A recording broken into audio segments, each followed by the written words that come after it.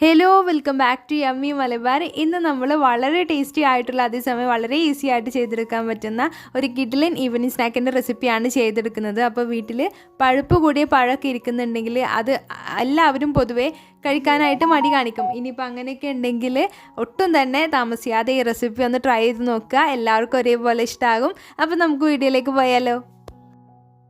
നമ്മുടെ ഈ സ്നാക്ക് ചെയ്തെടുക്കാനായിട്ട് ഈ ഒരു വലുപ്പത്തിലുള്ള 3 പഴം എടുത്തിട്ടുണ്ട്. അത് ഞാൻ ഇതേപോലെ ചെറിയ പീസായിട്ട് കട്ട് ചെയ്ത് മാറ്റി വെച്ചിട്ടുണ്ട്. ഇനി നമുക്കിതൊരു സൈഡിലേക്ക് മാറ്റി വെക്കാം. അപ്പോൾ ഈ പഴുത്ത പഴം തന്നെ വേണമെന്നില്ല, നോർമലായിട്ടുള്ള പഴം ഉണ്ടെങ്കിലും നിങ്ങൾക്ക് ഈ സ്നാക്ക് ചെയ്തെടുക്കാവുന്നതാണ്. ശേഷം ഒരു മിക്സിയുടെ ജാർ എടുക്കുക. അതിലേക്ക് ഒരു 1/3 കപ്പ് അളവിൽ പഞ്ചസാര ചേർത്ത് കൊടുക്കാം.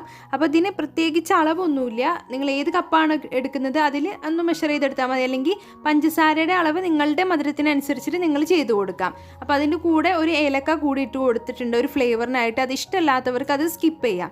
ഇനി നമ്മൾ നേരത്തെ കട്ട് ചെയ്ത് മാറ്റി വെച്ച പഴം ഇതിലേക്ക് ചേർത്ത് കൊടുക്കാം. അപ്പോൾ ഈ ഒരു മധുരം എന്ന് പറയുന്നത് ഈ ഒരു സ്നാക്കിന് കറക്റ്റാണ്. കാരണം പഴത്തിൽ ഓൾറെഡി അത്യാവശ്യം മധുരം ഉണ്ട്. അപ്പോൾ ഈ ഒരു അളവിൽ മധുരം ചേർത്താൽ നന്നായിരിക്കും.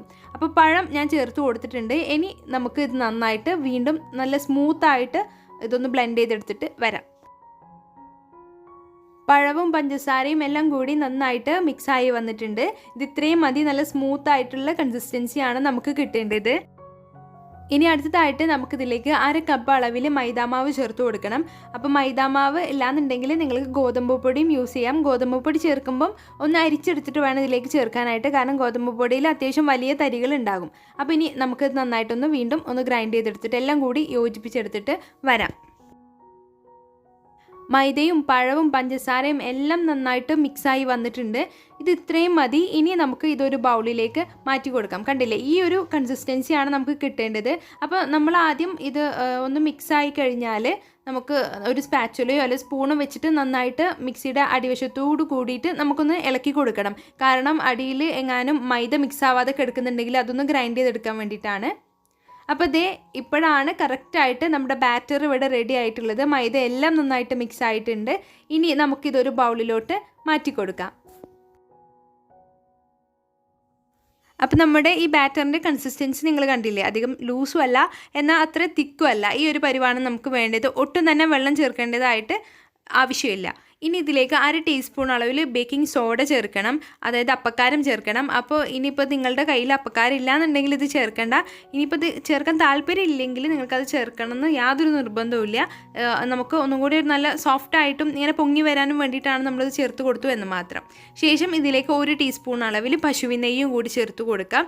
ഇത് ചേർത്തു എന്ന് കരുതിയിട്ട് നമ്മുടെ സ്നാക്കിന് നെയ്യിൻ്റെ ഫ്ലേവറോ അങ്ങനെയൊന്നും വരില്ല. പക്ഷെ ഇത് ചേർത്ത് കഴിഞ്ഞാൽ ഒരു പ്രത്യേക ടേസ്റ്റ് വരും നമ്മുടെ ഈ ഒരു സ്നാക്കിന്. ഇനി എല്ലാം കൂടി നന്നായിട്ട് യോജിപ്പിച്ചെടുത്തതിന് ശേഷം നമുക്കിതൊരു 5 മിനിറ്റ് ഒന്ന് റെസ്റ്റ് ചെയ്യാൻ വേണ്ടിയിട്ട് മാറ്റി വെക്കാം. അപ്പോൾ ഈ ഒരു ബാറ്ററിൻ്റെ പരിവ് നിങ്ങൾ മനസ്സിൽ വെച്ചോളൂ. നമ്മളിങ്ങനെ സ്പൂണിൽ നിന്ന് ഇങ്ങനെ താഴോട്ട് ആക്കിയാൽ ജസ്റ്റ് ഒന്ന് അത് സ്പൂണിൽ നിന്ന് വിട്ട് വിഴണം. അതാണ് ഈ ബാറ്ററിന്. കണ്ടില്ലേ, ഈ ഒരു പരിവാണ് നമുക്ക് വേണ്ടത്. ഇനിയിപ്പോൾ നിങ്ങൾ ചേർത്ത മൈദമാവിൻ്റെ അളവ് കൂടുകയാണെങ്കിൽ ഒരല്പം വെള്ളം ചേർത്ത് കൊടുത്താൽ മതി. ഇനി നമുക്ക് ഇതൊന്ന് ഫ്രൈ ചെയ്തെടുക്കാം. അപ്പോൾ അതിനായിട്ട് ഒരു പാൻ എടുക്കുക. അതിലേക്ക് അത്യാവശ്യം ഓയിൽ ഒഴിച്ചു കൊടുക്കാം. ഡീപ്പ് ഫ്രൈ ആണ് നമ്മളിപ്പോൾ ചെയ്തെടുക്കാൻ പോകുന്നത്. ഓയിൽ ചൂടായി വന്നാൽ നമുക്കിതിലേക്ക് നമ്മൾ ചെയ്ത് വെച്ച സ്നാക്ക് ഇതിലേക്ക് ഇട്ട് കൊടുത്തിട്ട് നമുക്കിത് തിരിച്ചും മറിച്ച് ഇട്ടിട്ട് നന്നായിട്ടൊന്ന് ഫ്രൈ ചെയ്തെടുക്കാം.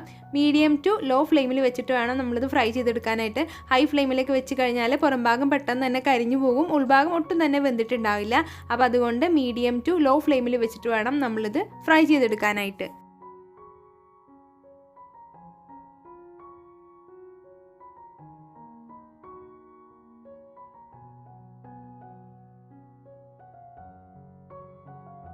അപ്പോൾ ഇതേ നമ്മുടെ ഫസ്റ്റ് ബാച്ച് സ്നാക്ക് എല്ലാം ഇവിടെ റെഡി ആയിട്ടുണ്ട്.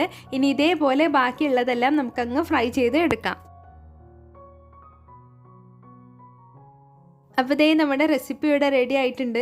കാണാനൊരു ലുക്കില്ല എന്നേ ഉള്ളൂ, പക്ഷെ കഴിക്കാൻ നല്ല കിഡിലൻ ടേസ്റ്റാണ്. നല്ല ചൂട് കട്ടൻ ചായൻ്റെ കൂടെ ഇത് മാത്രം മതിയാകും നമുക്ക് വൈകിട്ട് ചായക്കൊപ്പം. അപ്പോൾ എല്ലാവരും ഇതൊന്ന് ട്രൈ ചെയ്ത് നോക്കണം. നിങ്ങൾക്ക് ഉറപ്പായിട്ടും ഈ ഒരു റെസിപ്പി ഇഷ്ടമാവും. പിന്നെ മാത്രമല്ല ഇത് ഉണ്ടാക്കിയെടുക്കാനായിട്ട് ഒരു 10 മിനിറ്റ് പോലും നമുക്ക് വേണ്ടല്ലോ.